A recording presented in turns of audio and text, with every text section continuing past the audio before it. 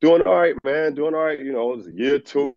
So, we started off last year with the seven freshmen and the one kid from Montreal who was his first year of college.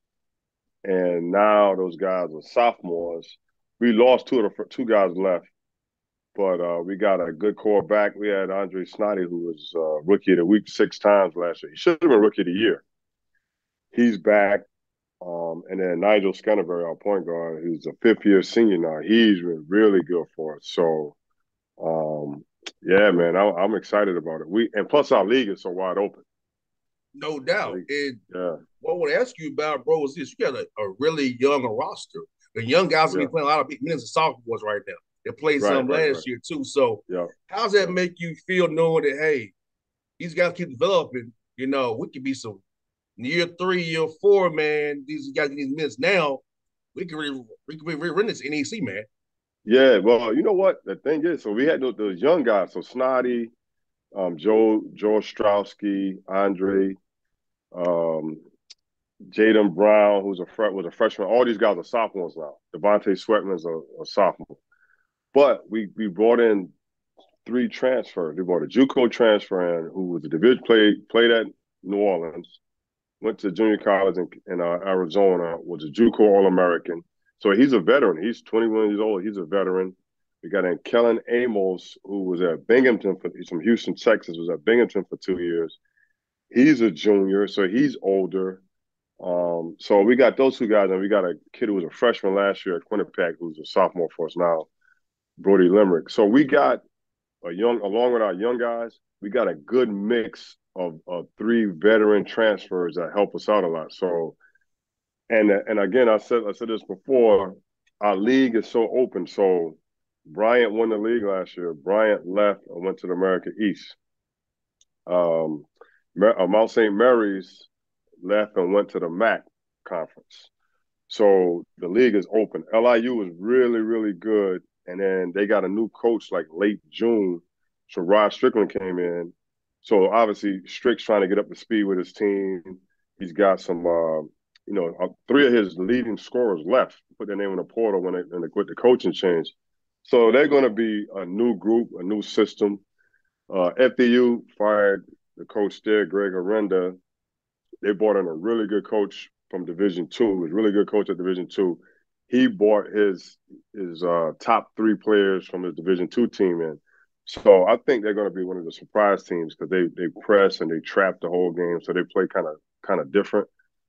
But other than that, our league is just, in my opinion, there's no clear cut favorite. Merrimack is really good. They play zone.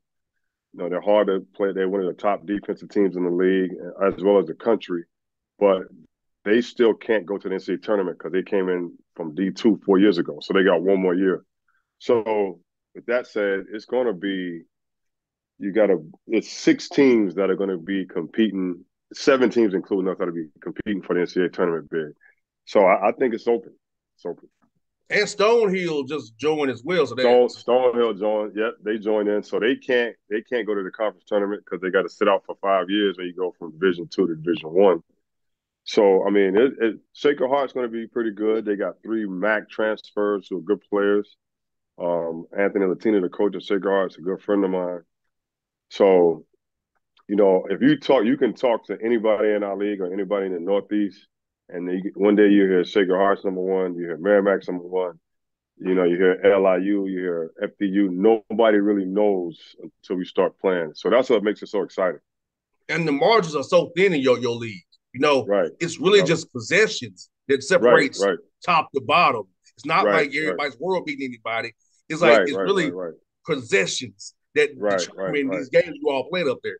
No, quite like so. Last year, uh, Bryant and Wagner were the clear two best teams. They were really good, and everybody else was like it was possession basketball. This year, it's going to be the whole league. It's probably going to be possession basketball. God, you got them. We talk about decision making and shooting with our guys all the time. We got to make good decisions in transition. We got to make good decisions with the ball and half court. We can't turn the ball over. Little things like that because in our league, it's going to come down to, like you said, like you getting down to the last minute of the game and who makes the best decisions, who keeps possession on the ball, who makes, he makes some shots at the end. And especially those special plays, out of bounds, ATOs, free Right. throw plays, free throw Yep. defense. Those small details that guys don't sometimes pay attention to. What determines you all's games every night. That's the guys you got to No. understand. Those Right. Right. special Right. teams plays per se Right. determine wins and losses. Right, exactly. And then, going back to how you said it earlier, like the older guys, when you got older guys and in February, everybody knows your plays. So they can call out your play and tell you where you're supposed to be or whatever. So that's when you need older guys who can make a play on the fly, who can talk to each other, get themselves out of trouble. They can see the defense making an adjustment and they can make an adjustment. So older guys helping that. And the good thing with us is we had 5 weeks in the summer to work on it. We got a good group of older guys that came in, along with the freshmen that are now sophomores. So it gives us a little familiarity. Everybody knows each other. Everybody knows we talk basketball all the time. We watch a lot of film. So it's going to help in that regard as far as making adjustments on the fly and not being so robotic. As like freshmen, they just kind of the coach tells you to go to point A to point B, and they do it. Now with the older guys, they can make a read and say, "Hey, I can't get to point B, right? So I got to go to point C," and everybody else can pick up on it. So that's a big important part of what we're trying to do this year. No doubt. And for you, Pat, man, let me ask this brother, like right now, I know you got a game November 7th, a month from now. How much is it still skill development work versus schematics right now? Or just trying to keep everything in? How is this next month gonna be for you as you ramp up to that first game in November? Yeah, that's a good question. One thing about like now, when I played, we didn't have summer. You didn't have a practice in the summertime. You just worked on your own. So we had those 5 weeks in July to August. They went home for 2 weeks. We got to school late August. We gave them a week to get acclimated to school, and then we started again, workouts again. So during those, we have 4 hours a week during the preseason. So we were able to get a lot of stuff in and do skill development. We want to keep working on our shooting, our ball handling. So we do that every day. And then, when we started official practice, you go to 20 hours a week. So you want to get some time, and we say this to the team all the time. You might go through a whole practice and you get 12 shots in practice. Like a game, somebody shooting 12 times in a game, that's a pretty good number of shots. But in order to shoot a high percentage of those 12 shots, you're gonna have to take 1,000 shots. So along with our practice, we get in a good 30 minutes of skill development and we get all of our stuff in the rest of practice. But we have these guys come back and they get shots up on their own. And we got some really good leadership. Like I said, Nigel Scanterbury, Andre started really good. So it's part of our culture, who we are. These guys come back at night and they all command a basket and then they get shots up. So we've been getting a lot of shots, ball handling, form shooting, all those little details that help you become a better player, footwork stuff. We've done a lot of that. And in practice, we take 15 minutes a day to do stations. So we do stations, offensive stations and defensive stations. So we're trying to get skill development and our stuff in at the same time without killing these guys and staying healthy, not getting injured. No doubt, because as you and I both know, of course, I play football, you play basketball, but the toll, all those things take a toll. And you Right. want to be fresh when it really counts because you need. Because let's be honest, for you all, it's on those dates in March that count for you all the most. You got to be Right. at Right. your peak. Exactly. Let's be honest about that at your Right. level. You don't Yep. want to Yep. kill guys in August, September, October, November, December, February, be Right. out of gas when it really counts. Right. Right. So Right. the Right. fact that Right. you don't want to kill your guys and manage them within the whole mix of what you're doing, your practice plans is a great thing because I know some old school coaches who I'm friends with, and you know probably friends with them too, who having 3 hour practices right now. Yeah. Yeah. Yeah. See, and like there's a million ways to skin a cat, to coach a team. Everybody got different ways. Some guys are screamers to get on guys. I'm not a screamer. I'm more of like I'll talk to these guys. I kind of explain what we want, and we try to push them that way. If they don't do it, we get them on the line and run a little bit. But like to get to your point, yeah, that's one big thing because it's so different now than because you have those 5 weeks in the summer, and it's 8 weeks actually in the summertime, and guys going all in, conditioning, weights, everything in the summer. Then you might have a week or two off, and then you come back and you do the same type of grind. You fight the monotony, you fight the boredom. You're trying to keep them fresh with their physicality and mentally fresh. So yeah, we change it up, man. We'll put them through stations, and sometimes one of the stations might be like a fun shooting drill just to keep them loose so they won't get so monotonous. And you know, we've had, you know, we this is I think today was practice number 8, official practice number 8. But before that, we had, you know, 4 days a week, you know, an hour a day, full practice or whatever. So these guys have been in the court all the time, and we're trying to get away from wearing them out, burning them out, and getting injured. So that's one of the big things right now: keeping guys in shape, keeping them fresh, preventing injuries, knock on wood, and just, you know, making sure we're sharpening everything we need for our program. And it looks like, man, you got 5 guarantee games on your schedule right now. I see UMass, St. John's, Rutgers, Fordham, and St. Joseph. That's a heck of a quartet there, my man. But I know you got to do what you got to do, of course. But how sorry you coaches these guys test your young men, see, because a lot of them guys on your team think they play at these schools. So let's Right, just right, see right, what you right, can right. do.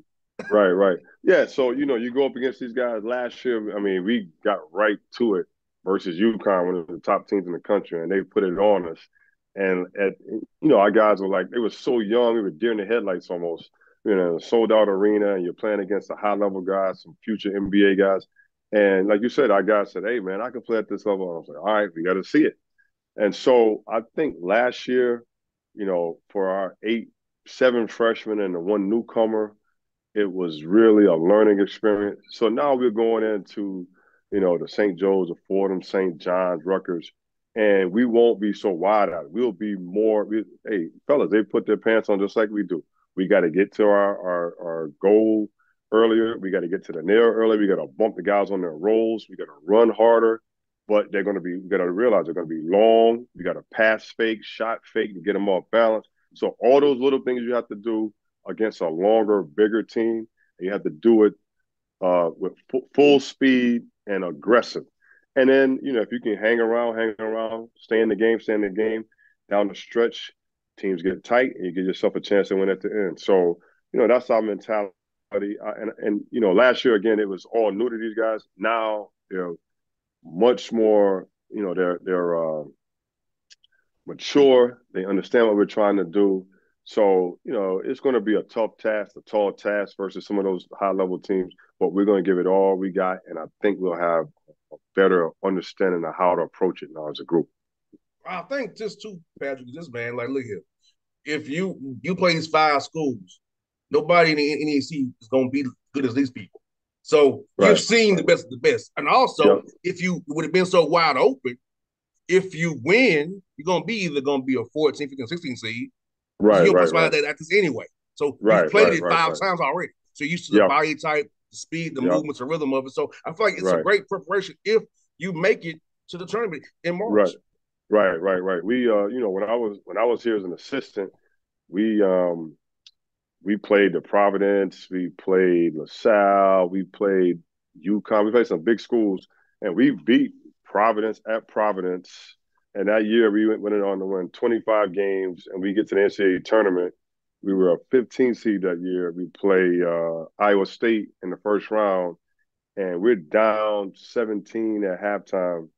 And like we get in the locker room and you can look at our guys and they knew the mistakes we made. We knew what we had to do. We knew we had to run harder. We had to pass fake, we had to shot fake, keep them off balance. And we fought the second half, we fought all the way back, tied the game with the ball with 4 minutes to go. And the whole arena is going nuts for us with a chance to upset the number 2 seed in the country, the number 2 seed in the NCAA tournament. And we came up short. They made a couple plays down the stretch, but you know it was exactly the way you write it out. You want to get it close, you want to keep it close, and you want to give a chance to self to win at the end of the game, and that's what we did. So and again, playing the Providence of the world and playing the UConns of the world back in the early season non-conference prepared us for that NCAA tournament run.